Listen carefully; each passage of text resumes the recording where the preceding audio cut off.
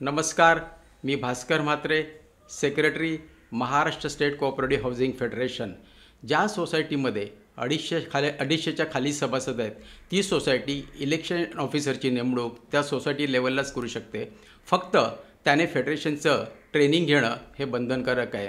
सहकार संवाद ह्या पोर्टलवर आपण एक प्रोव्हिजन केलेली आहे आणि ऑनलाईन ट्रेनिंग आपण त्या पोर्टलवर घेऊ शकतो. त्या पोर्टलचं उद्घाटन माननीय सहकार मंत्री साहेबांनी 29 सप्टेंबरला केलेलं आहे आणि तसेच आणखी देखील बऱ्याच चर्चा झाल्या हाऊसिंग सोसायटी रिलेटेड. त्या संपूर्ण चर्चेची माहिती देण्यासाठी आज आपण ॲडव्होकेट श्रीप्रसाद सरांना इथे आमंत्रित केलेलं आहे. त्यांनी आमच्या श्रोत्यांना त्याबद्दलची माहिती द्यावी. धन्यवाद Mhatre sir.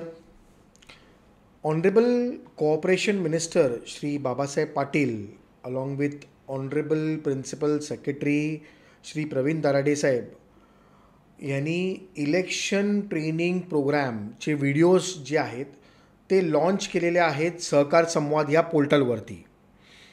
Election of cooperative housing society म्हटलं की आपल्याला पहिलं दिसतं ते म्हणजे डेमोक्रॅटिक सेटअप. आणि इलेक्शन म्हणजे आपल्याला हे माहिती आहे की ट्रान्सपरन्सी, इलेक्शन म्हणजे अकाउंटेबिलिटी.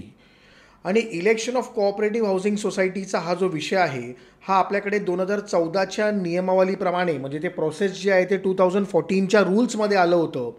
पण पहिल्यांदा 6 एप्रिल 2021च्या नोटिफिकेशनद्वारे स्टेटनी article 43B of the Indian कॉन्स्टिट्यूशनमध्ये जे सांगितलं होतं म्हणजे state shall promote cooperative housing society through voluntary formation, autonomous functioning, democratic setup आणि प्रोफेशनल मॅनेजमेंट. यामधलं ऑटोनॉमस फंक्शनिंग म्हणजे कोऑपरेटिव्ह हाऊसिंग सोसायटीचं इलेक्शन हे स्वतःच्या स्टेबिलिटीवरती व्हावं म्हणजे बाहेरचा हस्तक्षेप कमीत कमी व्हावा. ह्याचा अर्थ की बाहेरचा रिटर्निंग ऑफिसर आतमध्ये न यावा यासाठी आपल्याच सोसायटीच्या मेंबरला रिटर्निंग ऑफिसर अपॉइंट करण्याची जी प्रोव्हिजन आहे ती ई टाईप कोऑपरेटिव्ह हाऊसिंग सोसायटीला फर्स्ट टाईम स्टेटनी वाईड नोटिफिकेशन डेटेड 6 एप्रिल 2021 आपल्याला दिलेली आहे. आणि या नोटिफिकेशनच्याद्वारे स्टेटनी सांगितलेलं आहे की ज्या E type cooperative housing societies आहेत म्हणजे 250 मेंबर्स किंवा 250 मेंबर्सपेक्षा लेस दॅन कोऑपरेटिव्ह हाऊसिंग सोसायटीज ज्या आहेत त्यांनी आपल्या मेंबरपैकीच कोणाला तरी रिटर्निंग ऑफिसर नियुक्त करून आपल्या संस्थेचे इलेक्शन्स पूर्ण करावेत. ही प्रक्रिया जी आहे त्यासाठी रिटर्निंग ऑफिसरला ट्रेनिंग हे जे आहे ते मॅन्डेटरी घेणं आवश्यक आहे.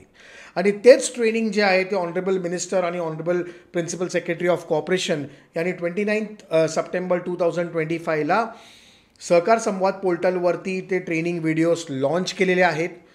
उद्या आपल्याकडे कुठल्याही कोऑपरेटिव्ह हाऊसिंग सोसायटीच्या मेंबर्स असो, रिटर्निंग ऑफिसर असो किंवा पदाधिकारी असो ह्यांना जर हे ट्रेनिंग घ्यायचं असेल आणि इलेक्शनची प्रोसेस समजून घ्यायची असेल तर त्यांनी सर्वांनी सहकार संवाद पोर्टलवरती व्हिजिट करावी. तिथे इलेक्शनचे जे व्हिडिओज आहेत त्या लिंकवर क्लिक करून आपली नोंदणी करावी आणि ते जे व्हिडिओज आहेत ते 7 डेज तुमच्या ॲक्सेसमध्ये राहतील आणि त्याप्रमाणे तुम्ही ते व्हिडिओज घेऊन मग तुम्हाला state federation along with all district फेडरेशनचं एक सर्टिफिकेट मिळेल आणि तुम्हाला एक बुकलेटही आम्ही प्रदान करू. तर याप्रमाणे हे इलेक्शन जो ट्रेनिंग कोर्स आहे तो आपल्या पोर्टलवरती आता लॉन्च झालेला आहे.